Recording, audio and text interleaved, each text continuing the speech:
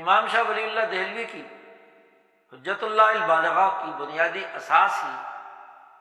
ان نظاموں کو بیان کرنے سے عبارت ہے۔ ایمانیات سے لے کر ابواب المعیشت تک شاہ صاحب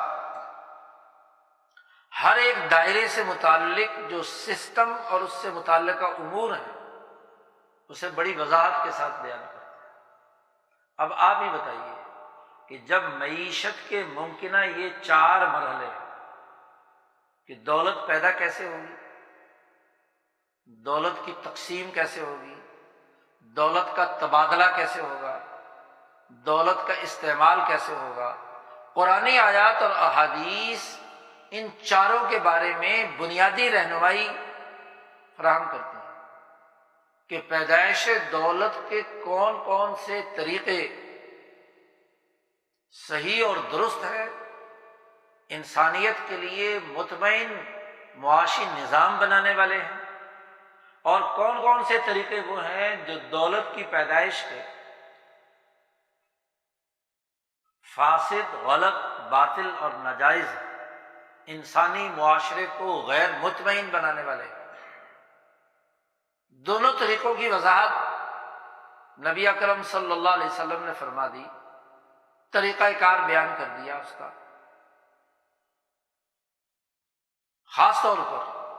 اس جاہلیت کے زمانے میں دولت کمانے کے جو طریقہ کار تھے، ان طریقہ کار میں آپ صلی اللہ علیہ وسلم نے واضح حد فاصل کھینچ دیا کہ یہ جائز ہے جو انسانی ضروریات، اور یہ ناجائز اور حرام ہے۔ حتیٰ کہ اگر معیشت کا غلط طریقہ کار اختیار کیا جائے تو اس کی عبادات بھی قابل قبول نہیں، اس کے لیے بنیادی طریقہ کار وضع کر دیا۔ پیدائش دولت کے ممکنہ فاسد طریقے انہیں ایک حکم کے ذریعے سے روک کر پابندی لگا دی کہ یہ انسانی معاشرے میں قائم نہیں رکھے جا سکتے۔ ایسے ہی دولت کی تقسیم کے اصول بیان کر دیے، نہ صرف اصول بیان کر دیے بلکہ اس تقسیم دولت کا غلط استعمال اس پر پابندی لگا دی، قطعاً لگا دی، اور عملاً یہ بات کر کے دکھائی۔ رسول اللہ صلی اللہ علیہ وسلم کے 10 سالہ دور حکومت میں حکومتیں ہی نظام بناتی ہیں نا، سسٹم بنانے حکومتوں نے ہوتے ہیں۔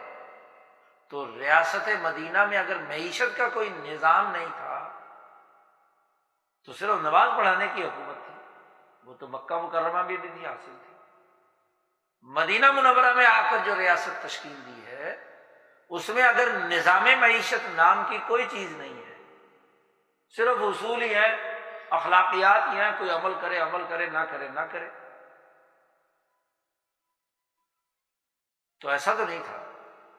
ایک نظام نافذ کیا ہے۔ یہی وجہ ہے کہ وہ معاشی لین دین جو غلط ہو رہا ہے اس پر جتنے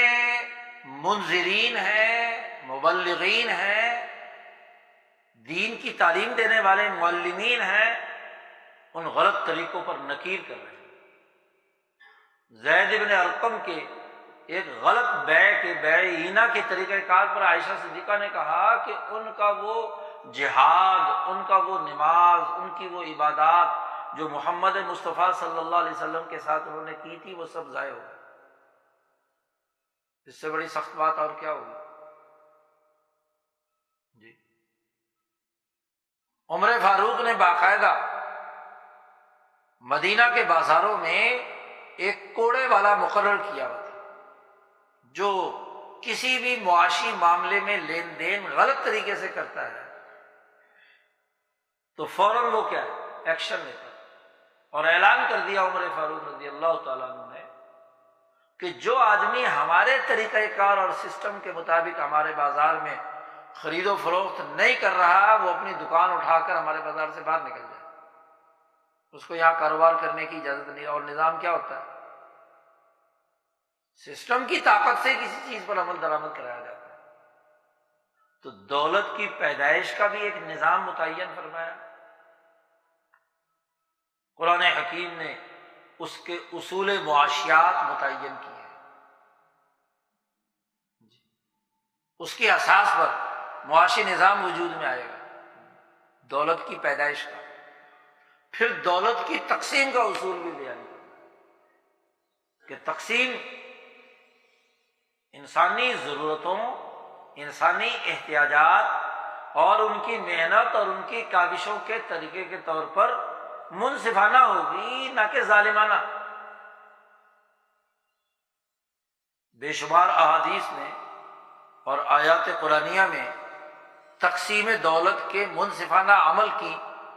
پابندی کرنے کا حکم دیا گیا ہے جی۔ اسی طرح تبادلہ دولت یعنی بیوعات، چونکہ عرب معاشرہ تجارت سے تعلق رکھتا تھا،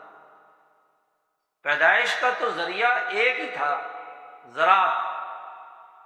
اور زیادہ سے زیادہ ایک تاجر ایک جگہ سے مال اٹھا کر دوسری جگہ لے جا رہا ہے۔ بھائی دولت کی پیدائش یا زراعت کے ذریعے سے ہوگی، یا تجارت کے ذریعے سے ہوگی، یا صنعت کے ذریعے سے ہوگی۔ آج کی صنعت تو نہیں تھی، لیکن دستکاری، کسی چیز میں ویلیو ایڈ کرنے کا عمل، وہ تو موجود تھا۔ ان تینوں کے علاوہ ممکنہ طور پر دولت کی پیدائش کا اور کوئی طریقہ، باقی تو ان کے معاونین اور ان کو سروسز فراہم کرنے والے ہیں، زراعت کو، صنعت کو اور تجارت کو، اور زیادہ سے زیادہ ان تاجروں، کاشتکاروں اور دستکاروں کو تحفظ فراہم کرنے کے لیے سیکورٹی فورسز، یہ بھی سروسز،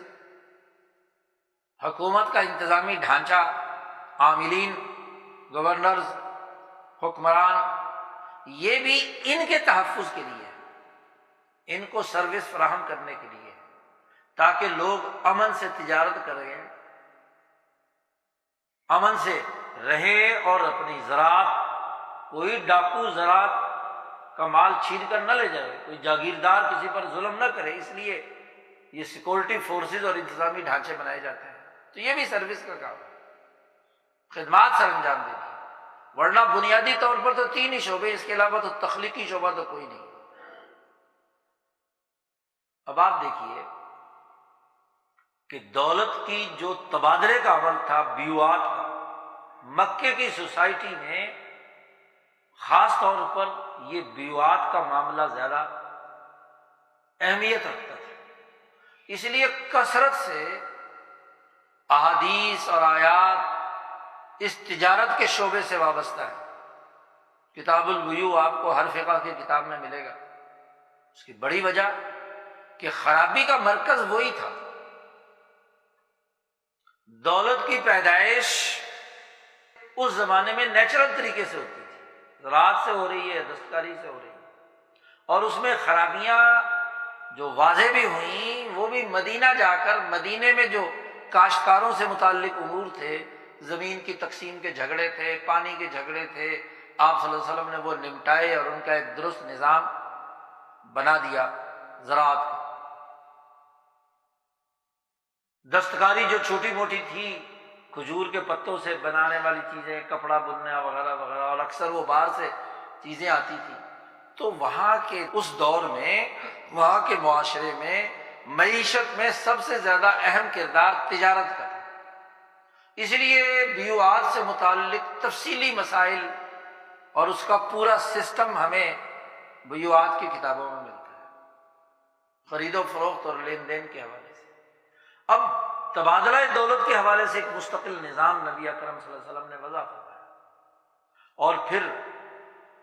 تبادلہ شدہ اور تقسیم شدہ دولت کے استعمال کرنے کا طریقہ بھی قرآن حکیم نے بیان کر دیا، کہ جس میں نہ تو بخل اور نہ ہی اسراف، بلکہ کانا بین ذالک قواما، دونوں کے درمیان متوازن طریقے سے دولت کا استعمال ہونا ہے، وسائل کا استعمال ہونا ہے، نہ تعیش پسندانہ اور نہ ہی بالکل افلاسانہ اور غریبانہ، کہ انسان کی ضرورت بھی پوری نہ ہو سب سے مرکزی چیز بیع تھی۔ اچھا، اب جب بنیادی چیز بیع تھی اس زمانے میں، تو اسی پر تفصیلات موجود ہیں۔ ہمارے علماء کہہ دیتے ہیں کہ دیکھو جی حضور صلی اللہ علیہ وسلم نے تو صرف بیوات پر ہدایات دی ہیں یا ان کا ایک نظام بتلایا ہے، باقی 3 شعبوں میں تو ایسی کوئی بات نہیں ہے۔ ان کا بھی تو نظام ہے تینوں شعبوں کا، اور ان سے مل کر ایک نظام معیشت استوار ہوتا ہے۔ تو گویا کہ پہلی بات جو سمجھنے کی ہے وہ دین اسلام کا ایک کامل مکمل معاشی نظام ہے آج کے ان مادی دونوں نظاموں کے مقابلے پر، سرمایہ داری کے مقابلے پر بھی اور سوشلزم کے مقابلے پر۔ اور یہ کوئی آدمی دعویٰ کرے کہ اسلام کا کوئی نظام معیشت نہیں ہے، وہ غلط بات کہہ رہا ہے۔ وہ دین اسلام کے بنیادی تعلیمات کو پس پش ڈال رہا ہے، پہلی بات۔ دوسری بات،